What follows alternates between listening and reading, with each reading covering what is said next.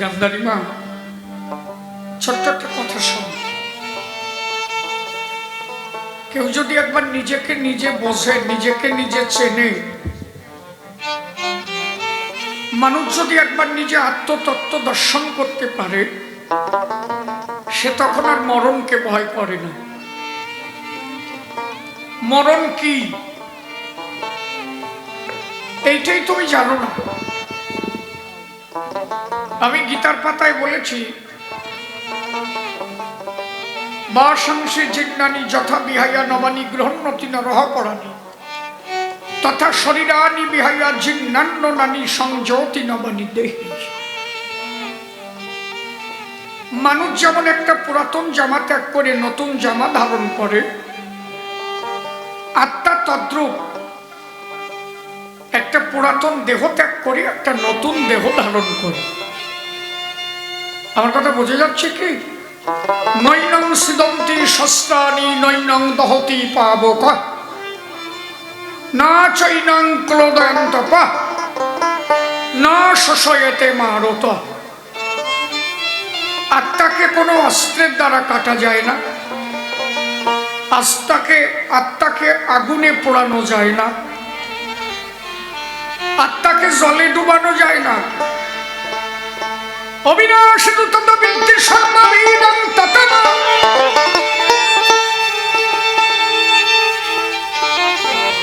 আত্মা অবিনাশ্য, যার কোনো ক্ষয় নাই। ঈশ্বর কি? এত ঈশ্বর বসে আছে এই জায়গায়,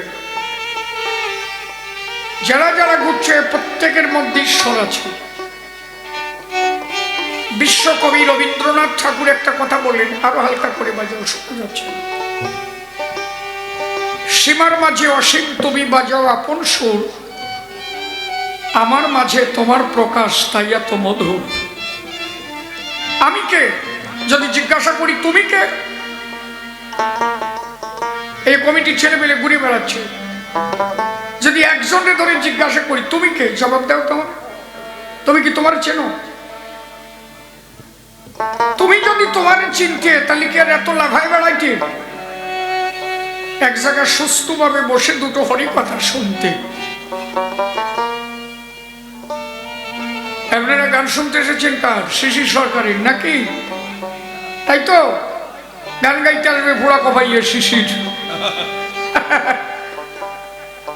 দেখেছেন না শিশিরে? দেখা হয়ে গেছে তো, 3.5 ফুট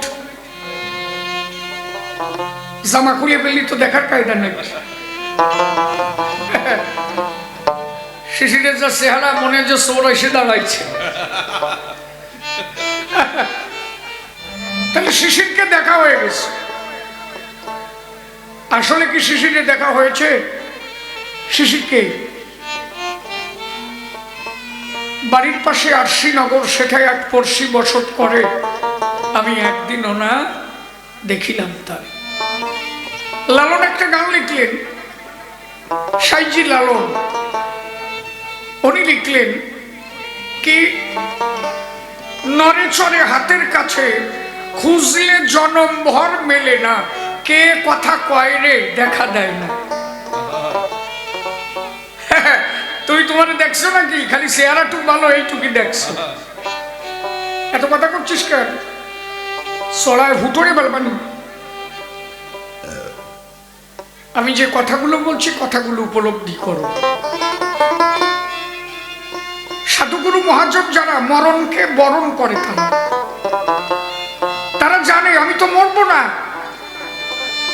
মানুষ মরে না। এই যে আমরা মরণ দেখলে পাই ভয়, যারা সাধুগুরু মহাজন তারা মরণকে বরণ করে নেয়। আচ্ছা, আপনারা বাড়িতে গুরু পুজো দেন না? তাহলে গুরু পুজো দেন কেন? গুরুদেব তো মরে গেছে, তার পুজো দিয়ে কি হবে? তার মানে আপনি জানেন আপনার গুরু আপনার কাছে মরে না, আত্মার মরণ হয় না। আমার যদি এখনই হাতখানা ভেঙে যায়, আপনারা বলবেন শিশির বাবুর হাতটা ভেঙে গেছে গো। কার হাত? শিশিরের হাত। হাতখানা শিশিরের, শিশির তো আর হাত না। এটি লক্ষ্য দিয়ে বুঝতে হবে। আমার না চোখে খুব যন্ত্রণা গো। কার চোখে যন্ত্রণা? আমার চোখে যন্ত্রণা। চোখ কি আমি? দেহটা কি আমি? খাঁচা আলাদা, পাখি আলাদা, দেহ আলাদা, দেহি আলাদা। দেহের মধ্যে একজন দেহি আছে। তুমি তো দেহিকে দেখোনি। এখানে একটা খাঁচা আপনি ফেলে রাখেন, কেউ তাকাবে না। তাকাবে কেউ? কিন্তু খাঁচায় যদি একটা ময়না পাখি রেখে দেন, সবাই এসে খোঁচা দেবে, বলবে ময়না একটু কৃষ্ণ কথা কহ না। যত সময় পাখি আছে তত সময় খাঁচার দাম।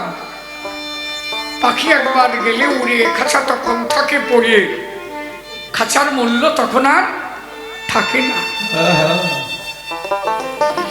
গান্ধারী মা, তোমার যে কয়টা ছেলে মারা গেছে ওরা একজনও মরে নাই,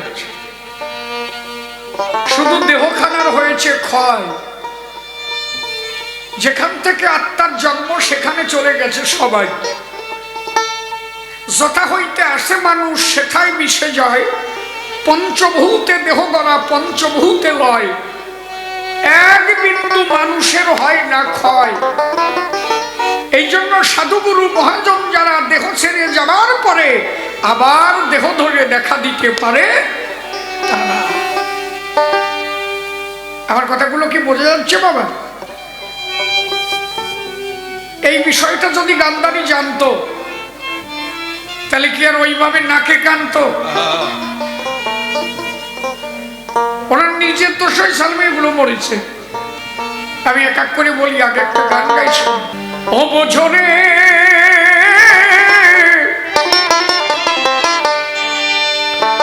বোঝরে খোঁজরে মন আপন ঘরে, মানুষ কঞ্জনা রে মন, মানুষ কঞ্জনা।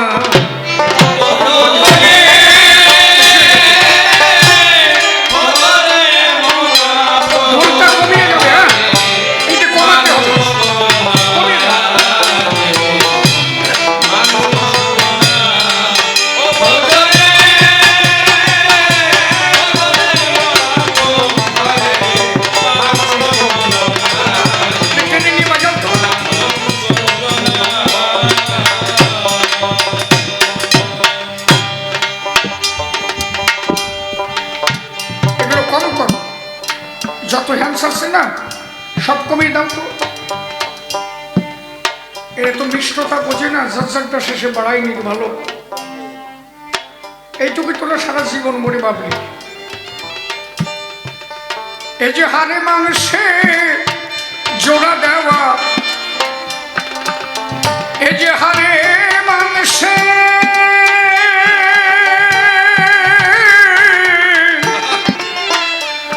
মাংসে জোড়া দেওয়া, হাই কি মজার ঘর খানা।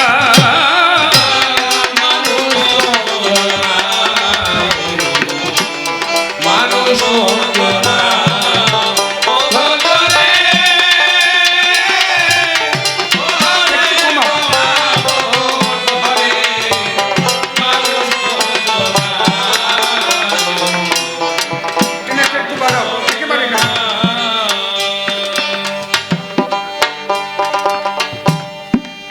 নীরব হয়ে থাকবে ঘর, সে না থাকলে ঘরের ভিতর।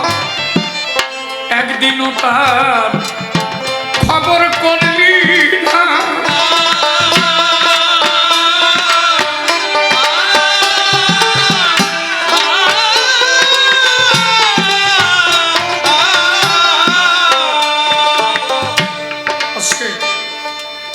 বাদিকটারও কমাও তো ঢোলে, কমিয়ে দাও, কমিয়ে দাও। তুমি তো কমানি বানানি বোঝো না দেখতেছি। যে কয়জন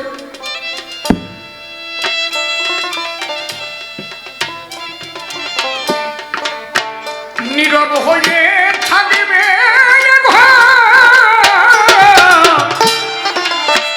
সে না থাকলে ঘরের ভিতর। একদিনও তার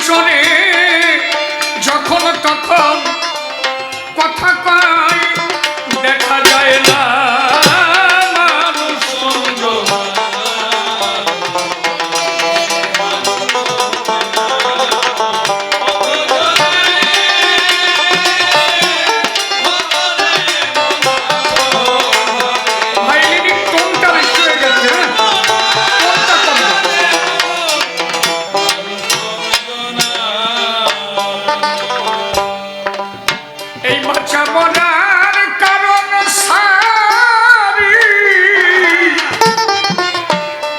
সররিপু বারণ করি মানুষ রতন যতন কর মোরা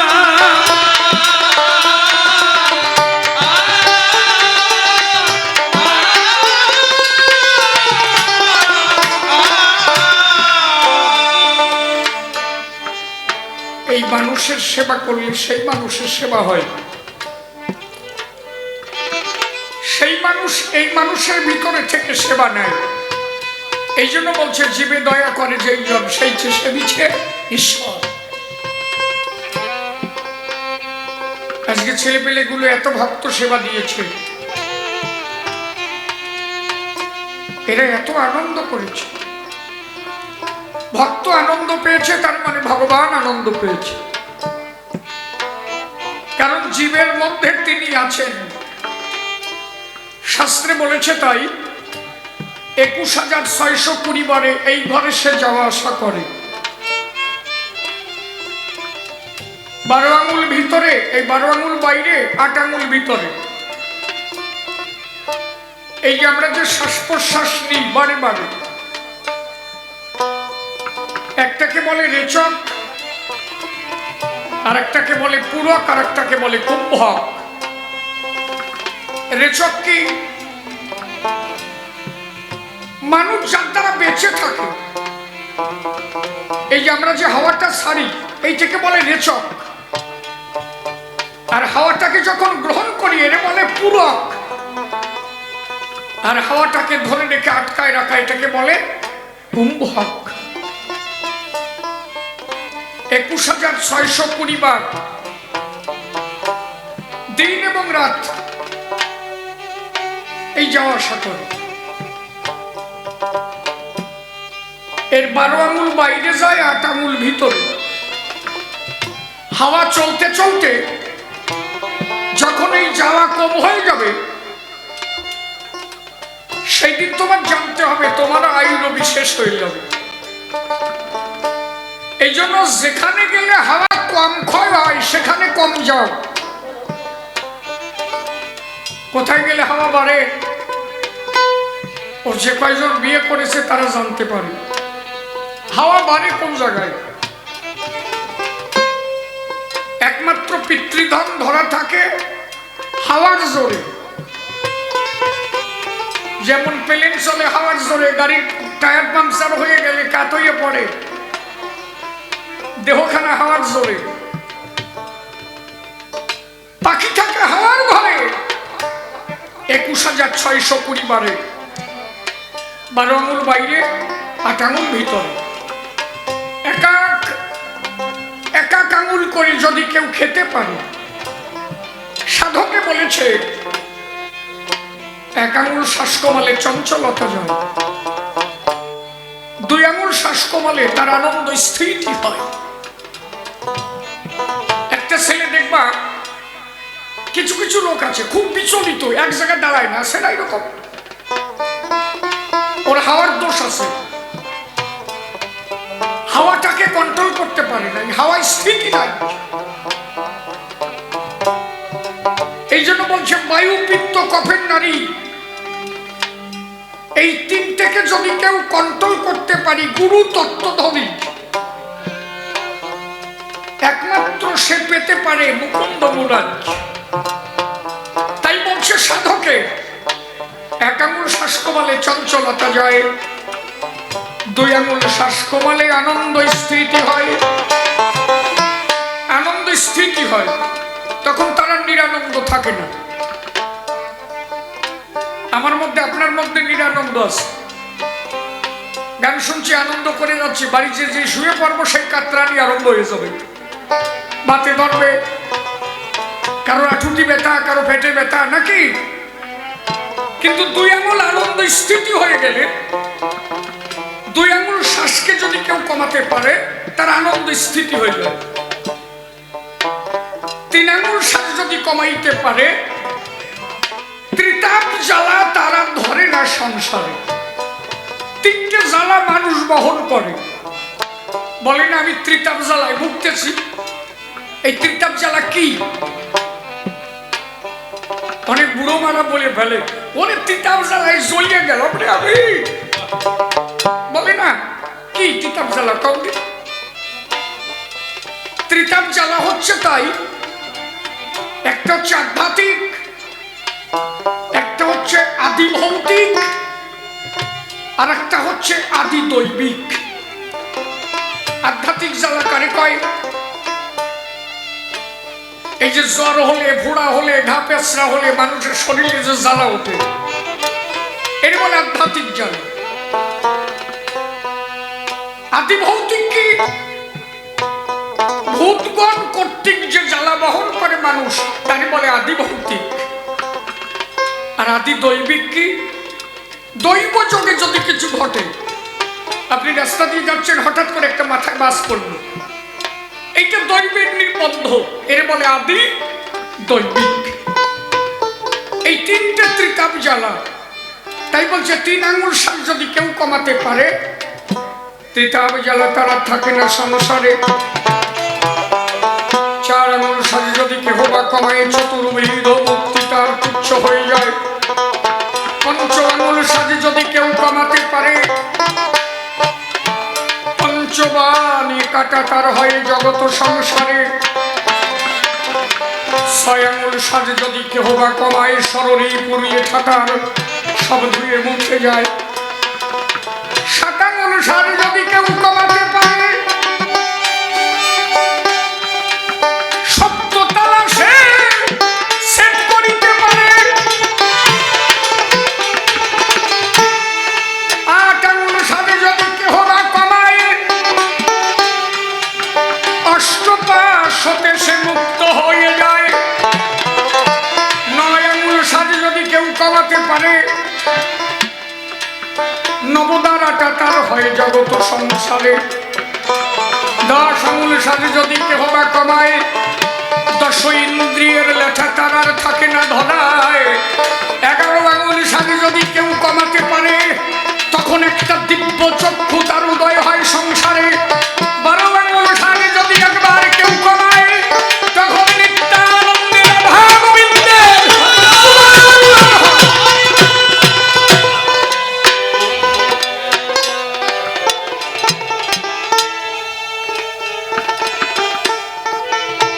এগুলো একমাত্র জানতে গেলে একজন শ্রী গুরুকে ধরা চাই, একজন জানা গুরুকে ধরা চাই। আউটটা বেড়ে গেছে বেশি, বুঝলে বাবা?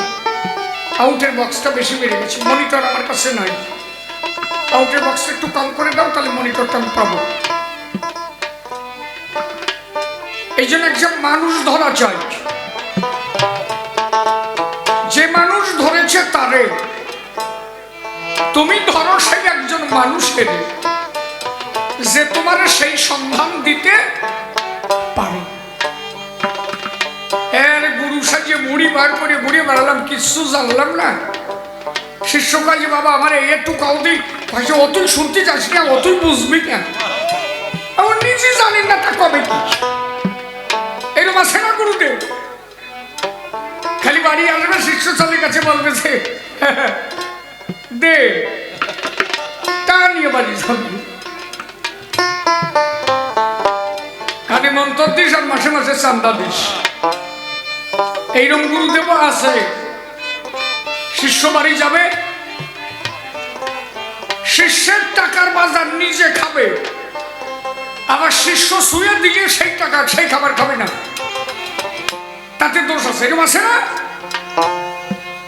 এ বাড়ি আনো কেন? ও বাড়ি আসলে ও কইয়ে নয়, সে বাড়ি আরো বেতালয়, ও বাড়ির দ্বারা আনবে না।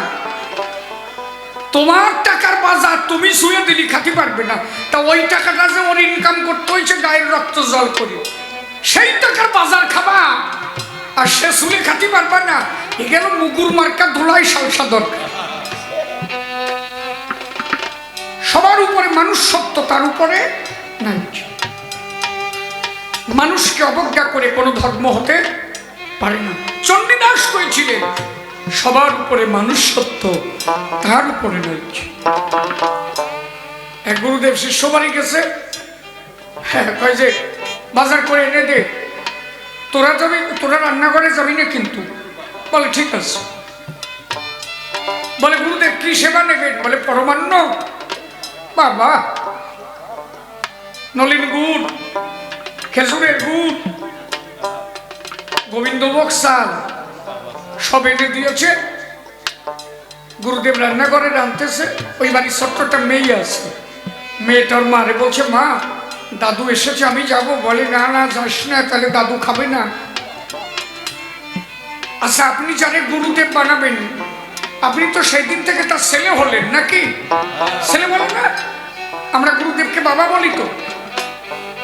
তাহলে আপনি যদি ছেলে হন, সে যদি বাবা হয়, গুরুদেবের খাবার খাওয়া যাবে না তাই? আমি তো আমার বাবার কাঁধের পরে কতবার প্রচ্ছাদ করেছি। বাবা ফেলেছে আমারে, বাবা তো পরিষ্কার করে আবার আমার প্যান্ট জামা পড়ায় কাছে নিয়েছে। তা সে যদি আমার বাবা হবে, আমি কিছু করলেও তো আমার পরিষ্কার করে কাছে টেনে নেবে। আর আমি ঘরে ঢুকলেই খাওয়া বন্ধ হয়ে যাবে। এই জন্য বিজয়বাবু বলেছিলেন, শুয়ে দিলে যে গুরুর যাই জাতিকুল, তার নৌকায় তোমার পার করবে বাবাই বল। বেঁচে থাকতে একদিনও তোমার স্পর্শ করতে পারলো না, আর মরে যাওয়ার পরে তোমার কান ধরে পার করবে, তুমি তাই ভাবো নাকি? বাড়ি যাবো কেন? রান্নাঘরে এখন পরমান্ন রান্না করছে, রান্না হয়ে গেছে। থালার উপরে রেখে দিয়ে গুরুদেব স্নানে গেছে। কোন জায়গার থেকে কুকুর এসে ঘু খাই আইছিল, ওই জায়গার থেকে হাই দিয়ে বড় চলে গেছে। ওই মেয়েটা ওই দেখছে, ওর মারে বলছে, মা কাজ হয়ে গেছে। বলে কি? বলে দাদু চা খাবে না, কুকুরই খাইছে। কয় যে কথা কইয়ে না, সাল আবার আনতে হবে না।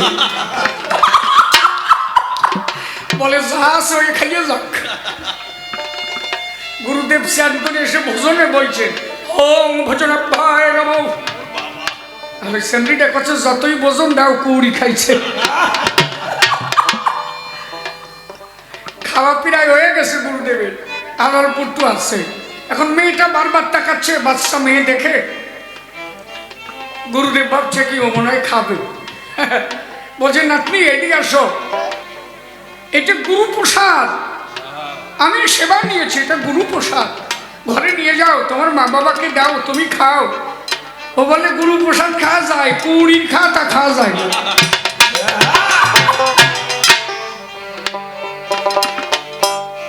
ওইরকম দুই সাইডে কুড়ির কাছে ওরা দবজ। মানুষকে অবজ্ঞা করে পৃথিবীতে কোনো ধর্ম হতে পারে না। শ্রীকৃষ্ণ নিজে যুধিষ্ঠিরকে দেখিয়েছিলেন, কারে দিয়ে? অর্জুনকে দিয়ে নিমন্ত্রণ করতে পাঠালো রোহিদাস মুচি। যে রোহিদাস মুচির চামড়ার মধ্যে স্বয়ং গঙ্গা দেবীর আবির্ভাব ঘটেছে। শ্রীকৃষ্ণ বললেন, একটা বৈষ্ণব সেবা দিতে হবে যে। বলে তাই? বলে এমন বৈষ্ণব কে আছে? বলে আছে। কে? বলে রোহিদাস মুচি। বলে মুচির সেবা দেওয়া যায়? বলে পৃথিবীতে যদি একটা বৈষ্ণব থাকে এবং রোহিদাস মুচি যদি অন্ন সেবা করে, যদি অন্ন সেবা ঠিক হয়, সাথে সাথে স্বর্গরাজ্যে ঘন্টার বাড়ি পড়ে। বলে তাই? কে যাবে নিমন্ত্রণ করতে? বলে অর্জুন যাও। অর্জুন নিমন্ত্রণ করতে গেল। দেখেন ঘটনাটা কেমন। অর্জুন গিয়ে নিমন্ত্রণ দিল, আমার বাড়িতে দুটো অন্ন সেবা নেবে। রোহিদাস বললেন, আমার বাড়িতে যদি কেউ সেবা না নেয়, আমি সে বাড়িতে সেবা নিই। কারণটা কি? রোহিদাস বুঝতে পারলো, তুমি কৃষ্ণ সখা অর্জুন হতে পারো, কিন্তু তোমার মধ্যে এখনো ঘৃণা কাজ করে। লজ্জা, ঘৃণা, ভয় তিন থাকিতে নয়। বলে আগে আমার বাড়িতে দুটো সেবা নেওয়া চাই। এখন অর্জুন নাকে কাপড় দিচ্ছে। এই গোসামড়ার ভিতরে খাওয়া যায়? আর এইরকম বৈষ্ণবে কোন বৈষ্ণব? চামড়ার ভিতরে ভগবান থাকে না।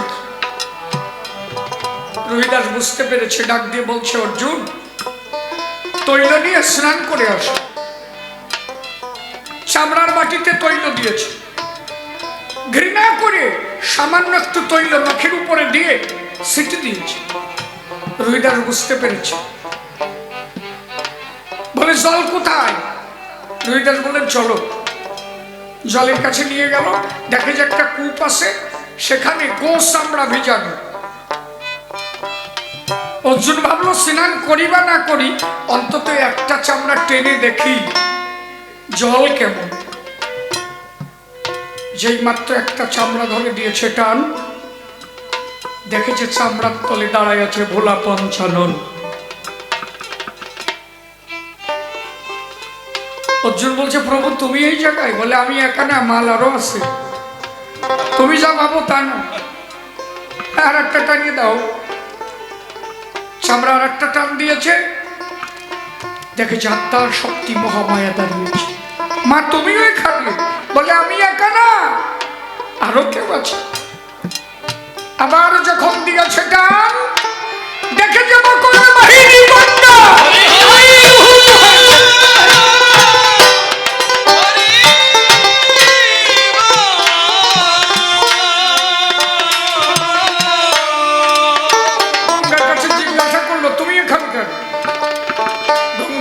তাই শ্রীহরি যখন আমাকে সৃষ্টি করেছিল তখন আমাকে বলেছিল, শোন, সমস্ত পাপী তোর শরীরে পাপ দেবে, তুই পাপ নিয়ে কোথায় যাবি? গঙ্গা বলল, আমার একটা বিধান দিতে হবে। বলো, এই পাপ তোর সেই দিন মুক্ত হবে যদি কোনোদিন কোনো সাধুগুরু মহাজনের চরণ ধুলি তোর পড়ে। গঙ্গা বলছে, অর্জুন, রহিদাস মুচি সারাদিন কর্ম করে সন্ধ্যাবেলা এসে তার চরণ ধৌত করে, আর আমরা দেব দেবতার সবাই এসে বসে থাকি। তখন রহিদাস মুচির মতো একজন বৈষ্ণব এসে এই জলে চরণ ধুলি দেবে, আমরা চরণ ধুলিতে ধন্য হব।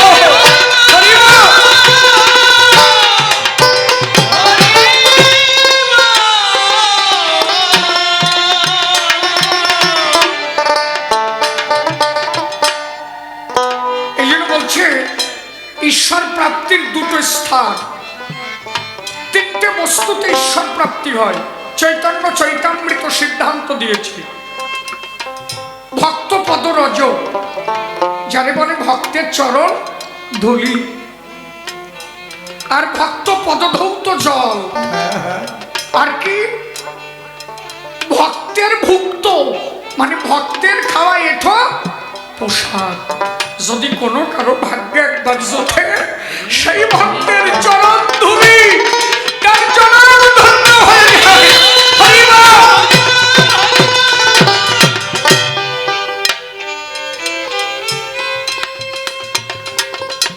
আজকে এখানে সেই মধু কাকা হরিনাম কৃষ্ণ নাম হচ্ছে, এই তো মধুর বৃন্দাবন। এই ভক্তের চরণ ধুলি যদি ভক্তে ভক্তে পারিত হয়, তার ধন্য হয়ে যায় মানব জীবন।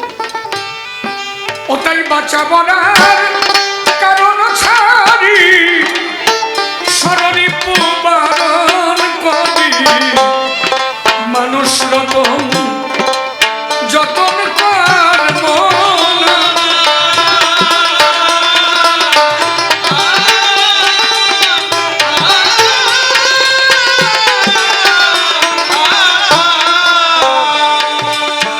সে যে কোন ধামে বসতি করে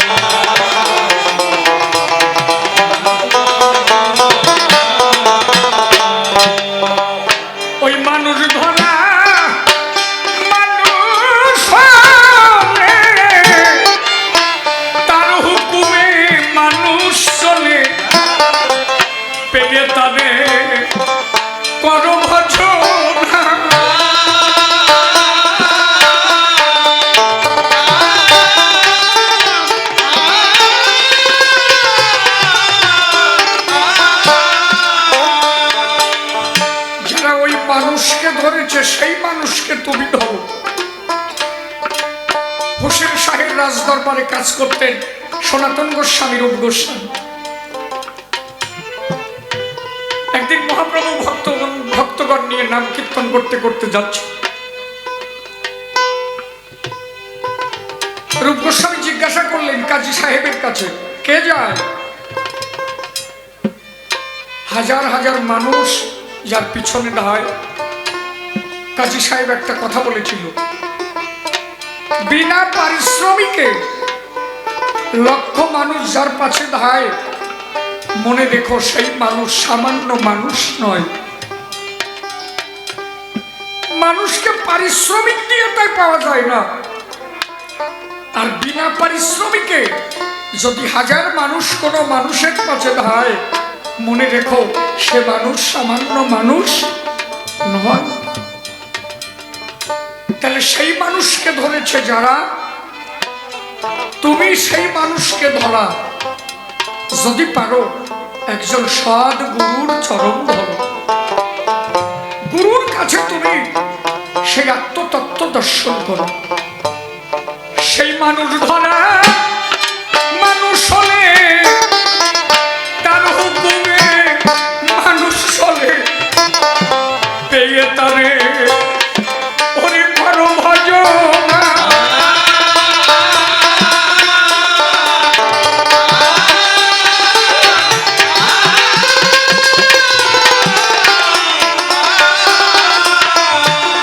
বাবু অমূল্য শুধু পরকে বুঝায়, ওরে অমূল্য শুধু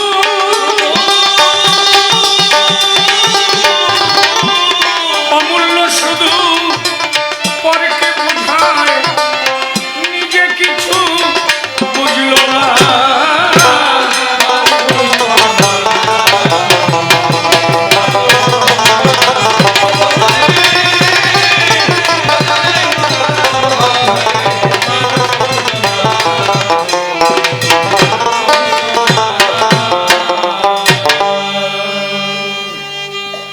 সাধুগুরু বৈষ্ণব হেরি আজ যত পুরুষ নারী প্রণাম গ্রহণ করিবেন সবাই।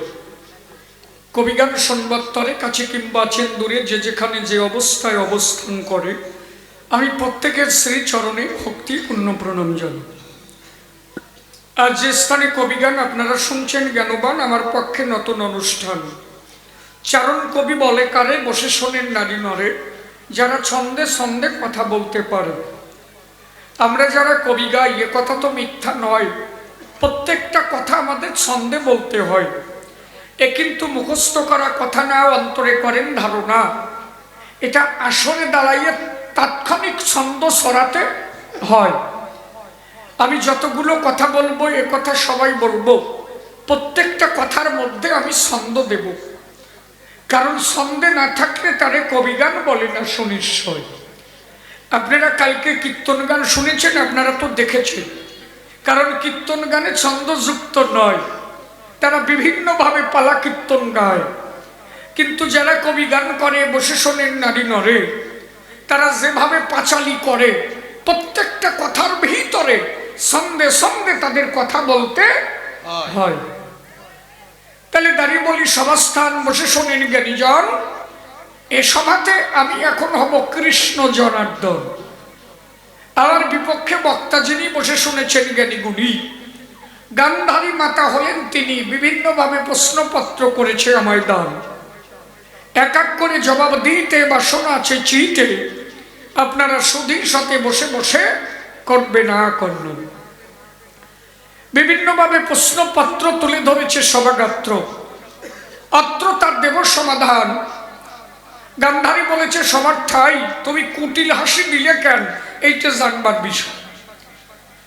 18 দিন যুদ্ধের পরে মশাল হাতে করে আমি যুদ্ধক্ষেত্র করতে গেলাম দর্শন। বসে শোনেন নারী নরে, আমার 100 পুত্র আছে মরিয়ে পড়ি, আর আমার পিছন থেকে তুমি কুটিল হাসি দিলে কি কারণ? তাহলে দাঁড়িয়ে বলি সবার ঠাই, গান্ধারী মা যদি তোমার শোনাই, অন্তরে করো ধারণা আমি কিন্তু হাসি দিই নাই। হাসি দিয়েছে মহাকাল, আমি বলি সভাতল। কাল কারে কয়, present tense, past tense, future tense কয়। বাবা আর একটু টন দেন, দেখি যদি সূত্র একটু ঠিক হয়। Present tense, past tense, future tense কয়। এই তিনটে টেন্স মিলে বসে শোনেন জ্ঞানী দলে। প্রেজেন্ট মানে বর্তমান, পাস্ট মানে অতীত, ফিউচার মানে ভবিষ্যৎ কয়। বসে শোনেন নারী নরে, আমি বলি সবাধারে। এই বর্তমান, অতীত, ভবিষ্যৎ মিলিয়ে একটা মহাকাল হয়, যারে মহাসময় কয়। দাঁড়িয়ে বলি সভাতলে, মানুষ যেমন কর্ম করিয়ে চলে, সেই কর্ম অনুসারে তার ফল ভোগ করতে হয়। যে যেমন কর্ম করে তার তেমন ফল ভোগ করতে হয় সংসারে। তুমি খালি খালি দোষ দাও আমারে, তোমার দোষ তোমার মনে নাই।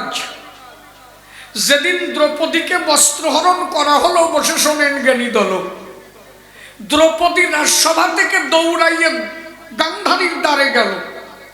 দরজার কাছে গিয়ে গান্ধারীরে বারে বারে ডাক দিয়ে বলল, তাই মা আমার কথা নিবা, দরজাটা একটু খুলে দিবা।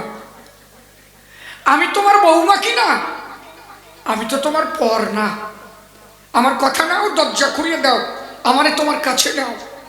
ভেবে দেখো, তাই তোমার সন্তান যারা আমার বস্ত্রহরণ করছে, তারা জনসম্মুখে যদি আমার বস্ত্রহরণ করে যায়, বলি আমি তোমার ঠাই, তাতে আমার সতীত্ব হরণ হয়ে যায়। একটা নারী জাতি হয়ে আর একজন নারীর সতীত্ব গেলে তাতে তো তোমারও অপমান হয়। আমি বলি সভাতলে, গান্ধারী সেদিন ঘরের মধ্যে ছিলে, দরজা কিন্তু গান্ধারী খোলে নাই। আপনারা পড়ে দেখবেন মহাভারত খানি, বসে শোনেন জ্ঞানী গুণী। দুঃশাসন চুরির মুঠি ধরে দ্রৌপদীকে রাজসভায় নেয়। গান্ধারী সেদিন তোমার মনে ছিল না? কোন মানুষ যদি বিপদে পড়ে, বসে শোনেন নারী নরে, তখন যদি কেউ মিথ্যাও বলে, সেই মিথ্যা তখন সত্য হয়ে দাঁড়ায়। মনে করেন কয়েকজন লোক একজন লোককে মার্ডার করবে বলে ছুটছে, ধর্মের বাণী সদা সত্য কথা কয়। অনেক সময় মিথ্যা কথাও সত্যের থেকে দামি হয়ে যায়। তাহলে কয়জন লোক তারে মার্ডার করবে, দৌড় দিয়েছে। যাকে মার্ডার করবে সে এমন ভাবে দৌড় দিয়েছে, আর একজন ব্যক্তি সামনে দাঁড়ায় আছে, ডাক দিয়ে বলছে, তাই আমাকে মারতে কয়েকজন ব্যক্তি আসছে, আমি পূর্ব দিকে যাচ্ছি, আপনি ওকে বলবেন না। লোকটা অন্যদিকে চলে গেল। ওই কয়জনের সেই লোকটার কাছে জিজ্ঞাসা করলো, একটু আগে যে লোকটা গেল কোন দিকে গেল? ওই লোকটা তখন ডাক দিয়ে বলবো, তাই লোকটা উত্তর দিকে দৌড় দিয়েছে, পূব দিকে যায় না। যেহেতু ওই একটা কথায় তার জীবন ফিরে পেল তখন, তাই সেই মিথ্যা তখন হয় সত্যের সমান। তাহলে আমি বলি, তোমার স্থলে দ্রৌপদী বিপদে পড়েছিলে, বিপদকালে নিয়েছে তোমার শরণ। আমি বলি, তোমার ধারে তুমি ছিলে ঘরের ভিতরে, দরজাটা খুলে কিন্তু নিতে পারতে তুমি তারে। তুমি না নিয়ে অট্টহাসি করলে কি কারণ?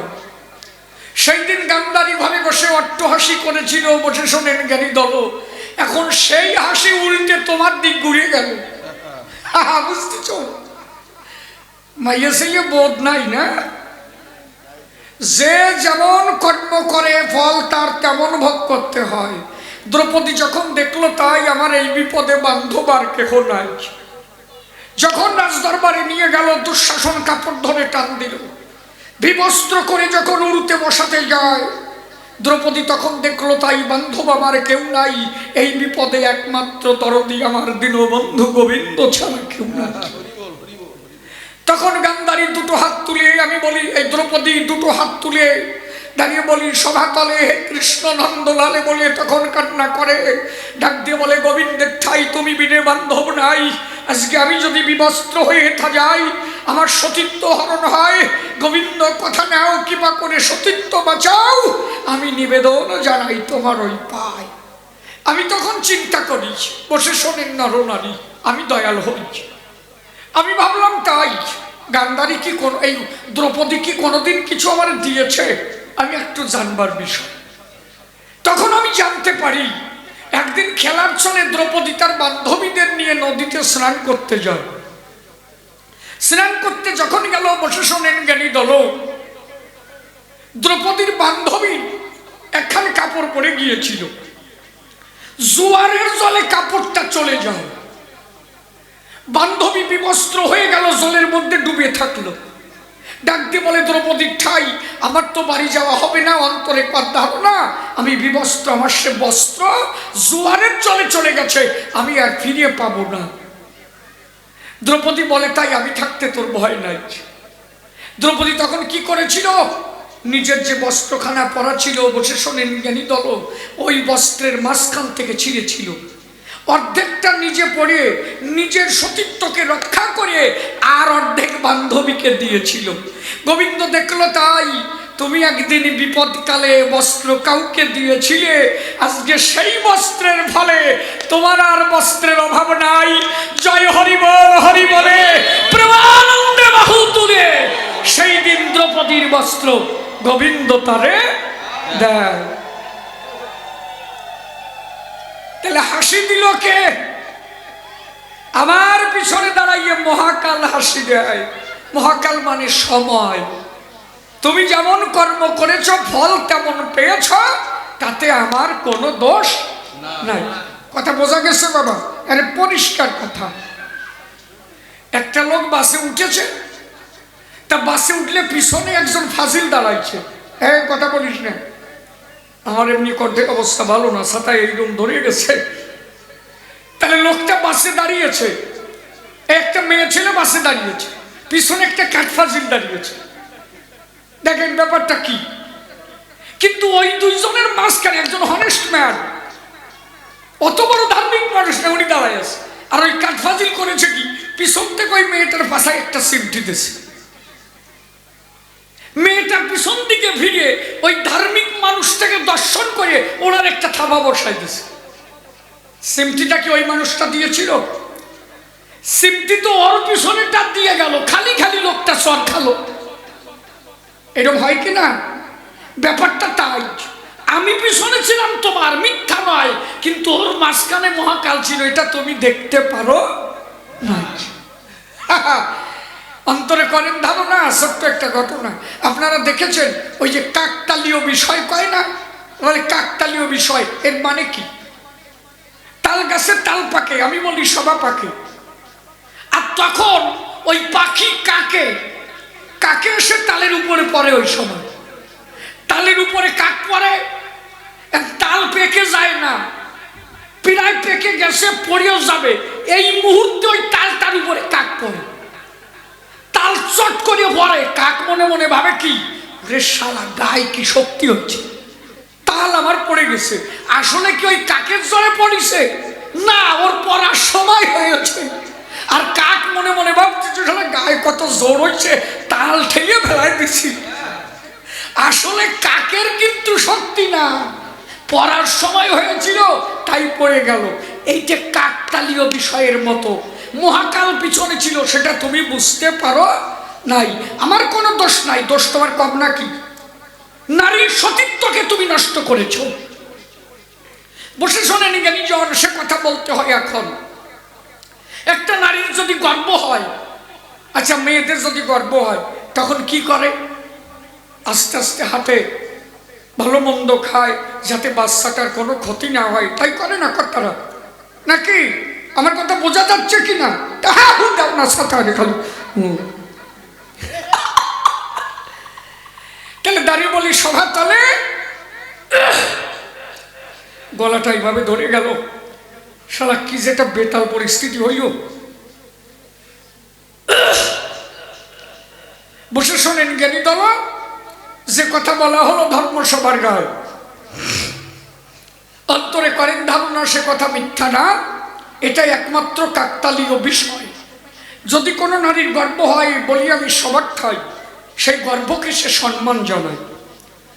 কোনো মায়ের যদি সন্তান না হয়, কত গোবিন্দ মন্দিরে, কত মন্দিরে গিয়ে প্রণাম দেয়, গোবিন্দ আমার কথা নিয়েও আমার একটা সন্তান দিও, দিন অন্তে যেন একবার একটু মা বলা ডাক শুনতে পাই। হয় না? করেন কি না মা? এরকম আছে না? ওই গান্ধারীর যখন গর্ব হলো, বসে শোনেন জ্ঞানী দল, একটা মহাকাল মন্দিরে দাঁড়াই একটা লোহার মুদগর দিয়ে গর্ভটাকে গুটিয়েছিল। এরকম মাইয়া ছেলে আছে দেশে? ওই যে যেটা এসে দাঁড়ালো, ওই ধরনের মাইয়া ছেলে পাবা? তোমাকে দেশে এইরকম মেয়ে ছেলে আছে যে গর্ভের সন্তান আসলে গুতো এবার করে? ও প্রসব ব্যথা বোঝে? ওর প্রসব ব্যথা ওঠে নাই, সেই সল জন্মাইছে, এক গুতোয় আনিছে আর এক গুতোয় চলে গেছে। গান্ধারীর যখন গর্ভ হলো, সন্তান তো হয় না, শকুনি ডাক দিয়ে বলে গান্ধারীর ঠাই, হ্যাঁ দিদি কি কুন্তির যদি সলমাই হয়ে যায় তোমার কটা কি হবে? আঙুল চুষিয়ে বেড়াবে, তাড়াতাড়ি সলমাইয়ের জন্মানো চাই। কাছে ভাই ও কটা তো বায়োই না, করে কি 18 মাস হয়ে গেল। বলে তুই একটা কথা নিবি, ও কটা বালক মন্দ পাচ্ছে তো ভিতরে বসে খাচ্ছে, ওরা বেরোনোর কথা ভুলেই গেছে। বলে কি করবি? বলে তাড়াতাড়ি একটা লোহার মুদগর দিয়ে গুতো এবার করবি। খালি ভাবেন কত বড় জঘন্য মাইয়ে ছেলে, একটা লোহার দণ্ড ধরিয়ে গুতোয় গুতোয় করার বার করেছে। বাচ্চা হয়েছিল কি? মহাভারত পড়ে দেখবেন, একটা মাংসপিণ্ড জন্মেছিল, জলে সিঞ্চিত করে রেখে দিল। এক একটা মাংসপিণ্ড সিঞ্চিত করে রেখেছিল ঘৃতকুম্ভের ভিতরে। প্রথমে একটা গর্ধবের আকারে চিৎকার করেছিল, ওইটা সে দুর্যোধন, ওই পালের গোদা, ওইটার জন্যই তো বংশ ধ্বংস হচ্ছে। বিদুর বারে বারে বলেছিল তাই, ওজা ডাক ডো করে লবণ খায় মারিয়ে দাও। এখন ধৃতরাষ্ট্র সন্তানের মায়ায় পড়ে গেল, কয় যে যেমন ডাকে ডাকুক গিয়ে বেঁচে থাক, ওই একটা সব ধ্বংস করে দিল। আরে কামড় কি পিঁপড়ে সব কটা কামড়ায়, ও সময় দেখার কায়দা নেই। একজন বুড়ো কর্তা প্রস্রাব করতে বলছে, কাপড় উঁচু করে প্রস্রাব করতেছে, আর লাল পিঁপড়ে গা বাইয়ে উঠেছে। এখন আমার বলেন, উনি আর এই প্রস্রাব করবে না পিঁপড়ে মারবে? কাপড় ছাড়িয়ে দিলে কাপড় ভিজে যাবে। কি বেকায়দা কলে পড়েছে, কর্তা বুঝে দেখে কি করবে। এখন ওই বুড়ো দেখে দাঁড়িয়ে সাল তো ভালো কল রে। আচ্ছা পিঁপড়ে কি সব কটা কামড়াচ্ছিল? না, দুটোরটা কামড়াচ্ছিল, কিন্তু কাপড় ছিঁড়ে দিলে কাপড় ভিজে যাবে, আর প্রস্রাব আটকাই দিলে ওই জায়গায় যন্ত্রণা আরম্ভ হয়েছে। এখন ও দেখলো কি, বুড়ো কর্তা চড়াট করে কাপড় ছাড়িয়ে দিয়ে ডলা দিয়ে সব মারিয়ে চট করে কাপড় ছড়িয়ে ধরল। ওই সময় দেখা দেখি নাই যে কোনটা কামড়াচ্ছে কামড়াই নাই, এক ডলা দিয়ে বিনিশ করে দেন। তা ওর একার কামড়ের চটে আমি উঠে গেছি খাটে, ওই জন্য এক ডলা দিয়ে সব শেষ করেছি, একটারও বাঁচায় রাখি নাই। হ্যাঁ মানুষ মেরেও ধর্ম হয়, অন্তরে করেন ধারণা বিষের যন্ত্রণা। গ্রামে এমন একটা ছেলে জন্ম নিল, একটা লোক তার জন্য ভালো পায় না। গ্রামের একটা লোক নাই, আজকে একটা মার্ডার করে, কালকে একটারে মারে, পরশুদিন অমকের ঘরে চুরি করে, অমকের নারী দর্শন করে। তখন গ্রামের লোক ধরিয়ে যদি বড় ইউডের মারে, পাপ থাকে নাকি? কথা কথা কর না কেন? এই জন্য অন্তরে করেন ধারণা, ওই এক পুরা কপালিয়া যা করেছে তাতে ওটারে 12 মারলেও অসুবিধা হয় না। এই জন্য মা তোমারে করি বর্ণনা, যে কয়টা জন্মাইছে একটাও ভালো না। এক গুতোয় এনেছিলি আর এক গুতোয় চলে গেছে, খালি খালি আমারে দোষ দিয়ে না। আমার ছোট্ট একটা গল্প মনে পড়ছে, খবর না থাক থাক, দেখ ওই বুড়ো কর্তার চোট কি দেখ, আমি না কয়ে যাই নাকি, দেখলাম যে চোট কেন।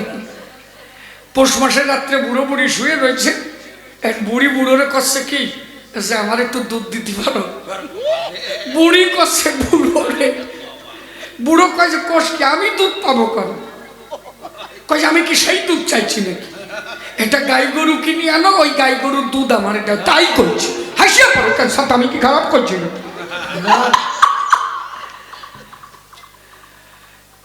বুড়ো গাই গরু একটা কিনে আনিতেছে, আর গাই গরু যেদিন কিনতে গেছে 20,000 টাকা দিয়েছে, বুড়ি টাকা দিয়ে দিয়েছে, বুড়ির সলমাই হচ্ছে 18টা। না আগে এই রোমা তো হাসিয়া পড়ো কেন, ওই বুড়ো কর্তাকে তাহলে শুনিয়ে দাও, আগে 10টা 12টা, আমি 7 নাম্বারে, আমি শিশির সরকার হয়ে বলছি, আমরা 7টা বাইক বোন। এরকম আছে কিনা, কেউ আছেন কি? রাত তুলে বলেন কেডা আছেন? আমার দলে কেউ আছে? ওই যে দেখা তুই চলছে সাইয়ে দেখ, ওই যে ওর ওই যে আর একজন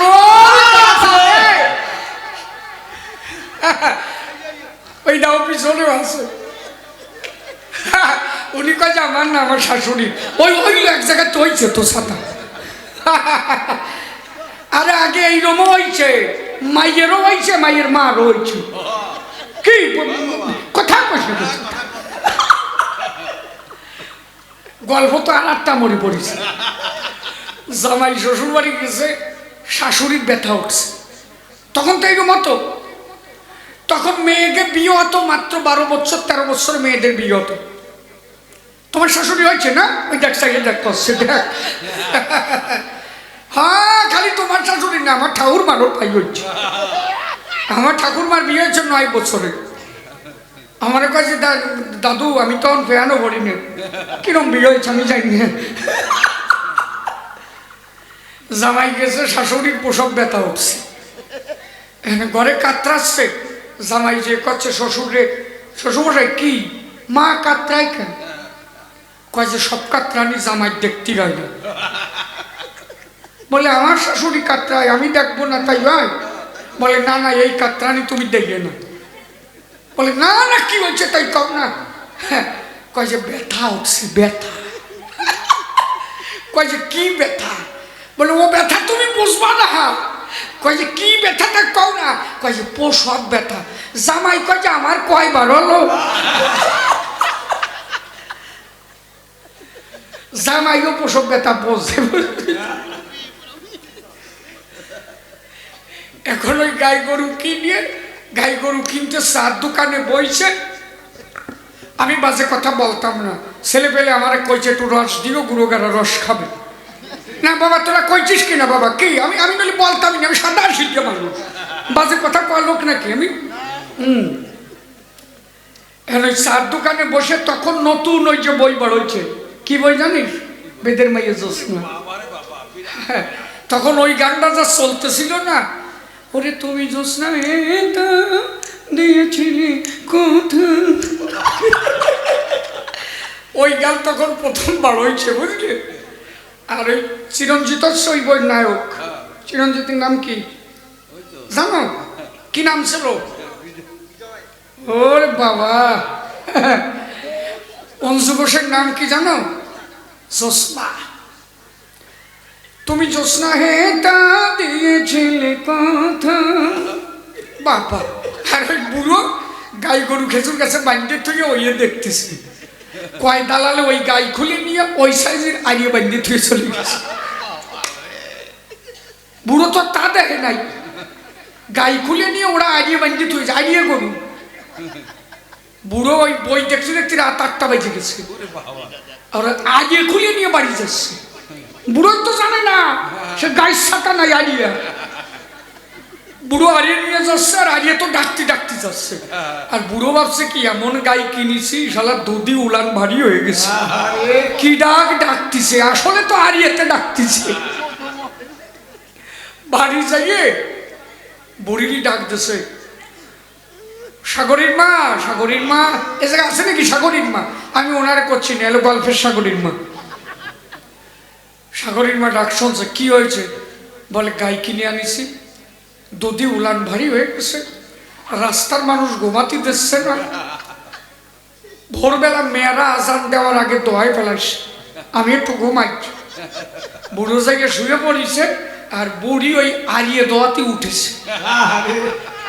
আগে গাই গরু দোয়াতে গেলি ওই যে ই নেত না, কথা কন, বালতি নেত না।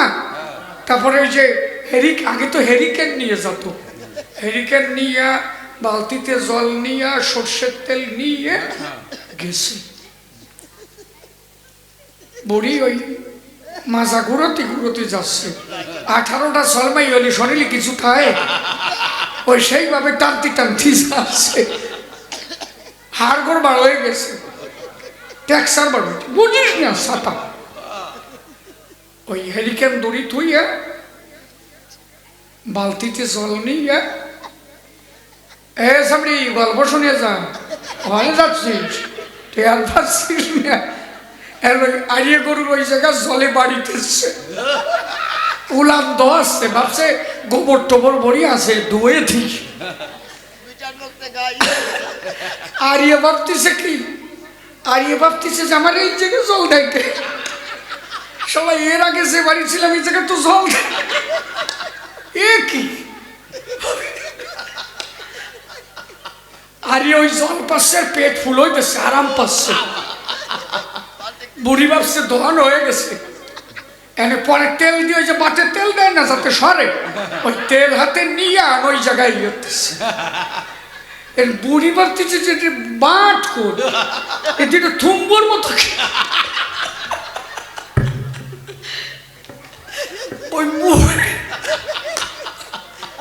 ওই বুড়ি বুড়োরে ডাক দিছে বুঝলে বুড়োরে কাছে সাগরিক বাবা সে বাট কনে বুড়ো কয় যে দধি উলান ভারী হয়ে গেছে তলা নিচে সমান হয়ে গেছে উপর দিয়ে চাপটাও বাগবার হয়ে যাবে আরিয়ার ওই জায়গায় চাপ দিলে আরিয়ে ঠিক থাকে ওই যে চাপ দেশে আরিয়ে ব্যথা পাইছে জোড়া পায় লাঠি দিয়ে দাঁত ভাঙিয়ে বেড়াইতেছে বুড়ি শীত হয়ে পড়েছে বুড়ির কাছে উঠে আয় ভাঙিয়ে দিয়েছে আমার বুড়ো উঠে আসে দেয় যে দুই দাঁত ভাঙিয়ে শীত হয়ে পড়ে রয়েছে বুড়ো এরিকেন নিয়ে ফাঁসার গোড়ায় যাই দেয় যে কাজ হয়েছে কিনলাম গাই আরই হলো কোন সময় এই যদি বুড়ি সকালে দেখে আমার যে কিভাবে দেবে নে বুড়ো একটা কয়ে তো দামা সাফা দেবে তাহলে ওই সংসার বুড়ো করতে পারে মাইয়া ছেলেরা যা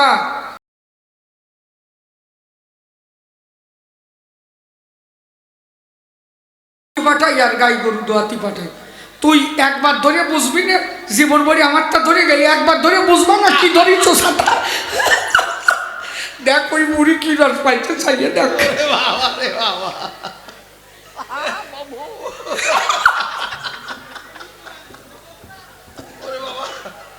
এই জন্য তোরে করি মানা কারে ধরিস গান্ধারি কারটা ধরিস আর পাশ সবাই ধরা যায়